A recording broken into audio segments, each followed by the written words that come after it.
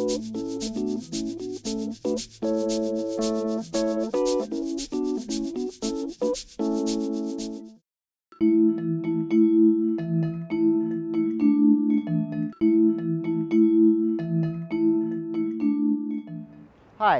my name's Barry Lane, and I'm a writer and a teacher of writing. And I spend a lot of my time traveling around the country, working with teachers and teaching them to be better teachers of writing. But today, I'm here to talk to you about writing tests. You may be wondering what we're doing here at the ocean and what that has to do with writing tests. Well, when I was in school and I had to take a writing test, I remember the walls closing in on me and how suddenly you had to write one sentence after another and ignore the ocean of possibility inside your own mind. Well, when you write, your mind can take you anywhere. You can be a sailor sailing out to sea, an octopus clinging to a coral reef. You can be a historical figure like Ethan Allen storming Fort Ticonderoga.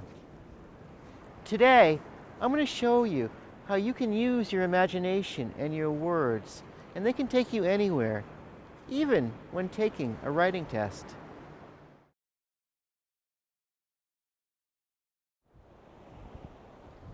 Just the other day, a fourth grader from Connecticut sent me a piece of writing that he did on the state writing test. The question on the test was, what's at the end of the rainbow? Listen to this piece of writing and see how he used his imagination to take him many places. When I crawled to the top of the rainbow, I could feel the sun beating down hard on my face. I had shimmied my way up the slippery colors, and I had finally made it. But not for long, because I felt myself sliding down the other side. The side everyone always talked about, the side they wrote songs about. I slid faster and faster. The wind blasted through my hair, and I could feel my whole body sliding through the clouds. And soon, my feet touched the ground. I couldn't believe it. I was standing on the front lawn of my grandma's house, and there was Molly, my grandma's dog, alive again. A moment later, I was sitting in Grandma's kitchen. Grandma, who I hadn't seen in the 3 years since she died. I sat there, sipping Grandma's fresh lemonade from mason jars. Grandma didn't believe in real glasses. It was in that moment I realized I must be in heaven. Yes, this was heaven. That's when I noticed a door I'd never seen before. I asked Grandma where it went, and she told me not to pay any attention to it. And when she left the room, I opened it.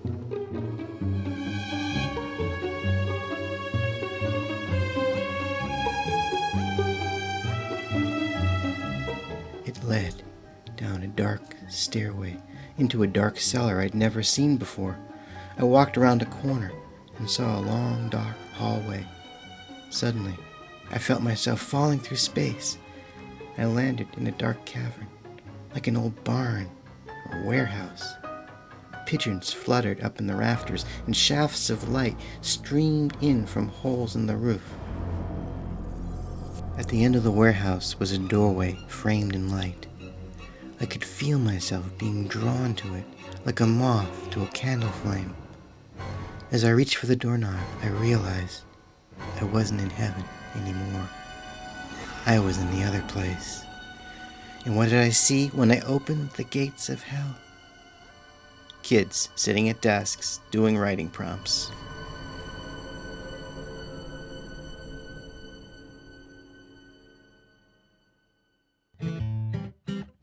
I remember when I was in fourth grade on test day, the teachers seemed to get really mean all of a sudden. They seemed to enjoy our misery. The teachers really like giving tests. I went to see Miss Foley, my fourth grade teacher, and I asked her, "So let me get this straight. You mean teachers don't like tests either?" No, of course they don't. They're not mean people. It's something they don't want to do. I would be so surprised if I knew of one teacher that was waiting for the week of the test. They do not like tests. Well, we know now that both kids and teachers don't enjoy writing tests. But what about the folks who have to read them? Did you ever think how boring that could be? Try this. Draw a picture of the person who will read your writing test.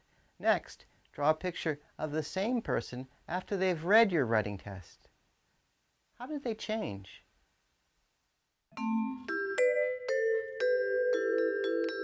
When you sit down to write a sentence, whether it's writing a test essay or writing just a story, you need a strong verb. Verbs are the engines of sentence. They pull them along. If you don't have a strong verb, your sentence isn't going anywhere. I found out about that last week at the garage. So what's wrong with it?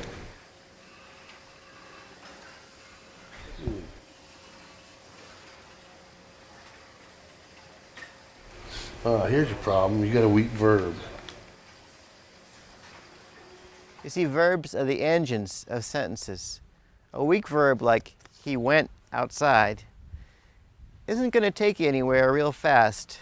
But an action verb like he strolled outside or perhaps he tiptoed outside is going to convey an idea to a reader that they can see in their own mind. It's going to transport your idea to that reader's mind. Try this. Here are a series of sentences with weak verbs. Read them to yourself and copy them on a piece of blank paper. Reverb them to make the sentences stronger. Look for places to reverb in your own writing.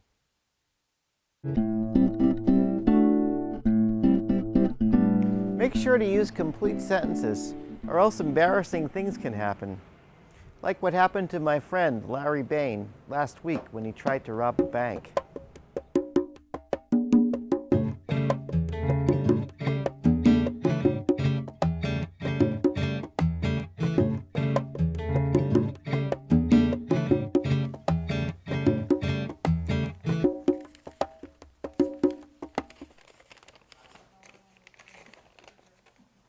All money in bag now. I'm sorry, sir. I really don't know how to help you. I don't know what you mean by this. This isn't really a sentence. All money in bag now. Are you trying to make a deposit? Are you trying to make a withdrawal? How can I know? It isn't even a complete sentence. There's no subject and verb. You know, if you don't write complete sentences, you're not going to get very far in life. And this is a very good example of what happens.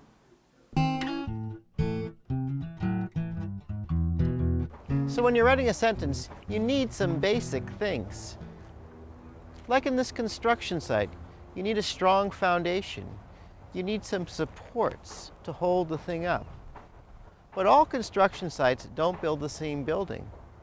Down here, they could be building some office buildings, it looks like, or maybe they're building houses, or maybe they're building a castle, or maybe they're building Fort Ticonderoga. Try this. Think about an event to write about. Then draw a picture of a foot, an eye, and a thought bubble. Answer these questions in the first sentence. Where did your feet go? What did you see? What did you think about? Teacher Gretchen Burnaby calls this a bada bing sentence. Here's an example.